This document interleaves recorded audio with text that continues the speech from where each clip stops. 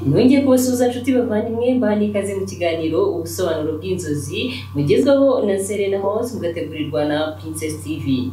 Aha, reka rero mbabwire inzozi mwagiye mumbaza zitandukanye, mbabwire ubusobanuro bwazo. Uyu munsi ngiye guhera kuri wewe wambwiye ngo warose wambara umukandara. Kurota wambara umukandara rero, umukandara ubundi usobanura ukuri, usobanura ibintu binyuze mu mucyo.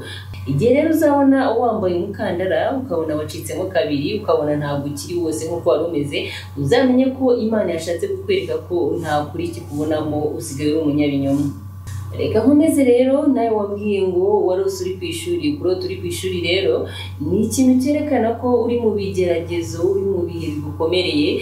Nubona rero aho ku ishuri ukoze ikizami bakaguha ikizami ukagikora ukabona uragitsinzwe, uzamenye ko ibigeragezo bikiyongera ku buzima bwawe. Ariko hari igihe rero uzakora ikizami ubona ikizami uragitsinze. Nubona watsinze ikizami rero uzamenye ko uvuye muri bya bibazo ugiye kwinjira mu bihe byiza mu buzima bwawe.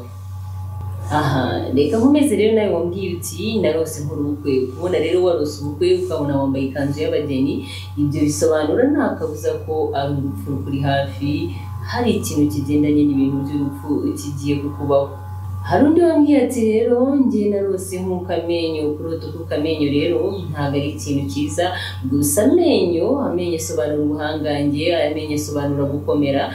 Niba wararose rero ukabona ukutse amenyo, bivuga ko hari ikintu ufite gikomeye, hari level ikomeye, cyangwa se uri umuyobozi ukomeye, uratinya kuva kuri uwo mwanya, ufite ubwoba bwo kuva ku kintu ukomeyeho. Nicyo rero gituma ubona urota k'ukamenyo.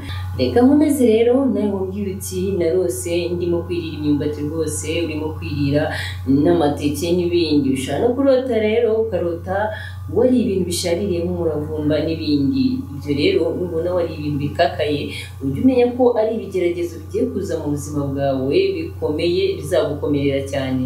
Nta kindi bisaba rero ni ugusenga ugatabaza Yesu, akaza akagufasha kubinyuramo neza cyangwa se akabikuraho, kuko byose arabishoboye. Reka ngushimire rero wowe ukurikirana iki kiganiro ubusobanuro bw'inzozi utegurirwa na Princess TV, ukakigezwaho nanjye Serena House. Nkubwira nti ntakagaruka, ariko ntiwibagirwe gukora subscribe, like ndetse na share ku nshuti zawe kugira ngo nabo bamenye ubusobanuro bw'ibyo barota.